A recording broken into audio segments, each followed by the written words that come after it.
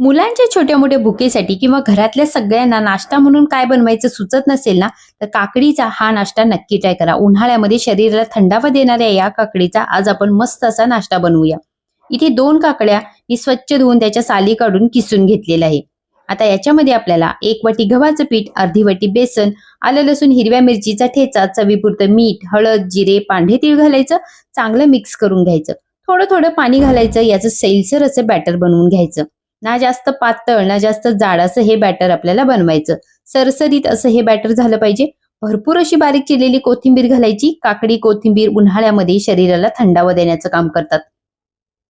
तव्याला किंवा पॅनला तूप किंवा तेल ग्रीस करून घ्यायचं. याच्यावरती थोडं थोडं हे बॅटर घालायचं. हाताने एकसारखं सगळीकडे पसरवून घ्यायचं.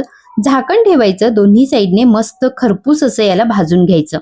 आणि मस्त मऊ लुसलुशीत असे हे काकडीचे चिले किंवा तुम्ही याला धिरडे सुद्धा म्हणू शकता, हे तयार होतात. उन्हाळ्यात खायला खूप टेस्टी आणि बेस्ट ऑप्शन आहे. नक्की ट्राय करा. दह्यासोबत खायला तर एकदम भारी लागतात. लहान मोठ्यांना सगळ्यांनाच तुम्ही देऊ शकता. नाश्त्याला द्या किंवा मुलांच्या डब्यामध्ये द्या. नक्की ट्राय करा. रेसिपी आवडली असेल तर चॅनलला लाईक, शेअर आणि सबस्क्राईब करायला विसरू नका.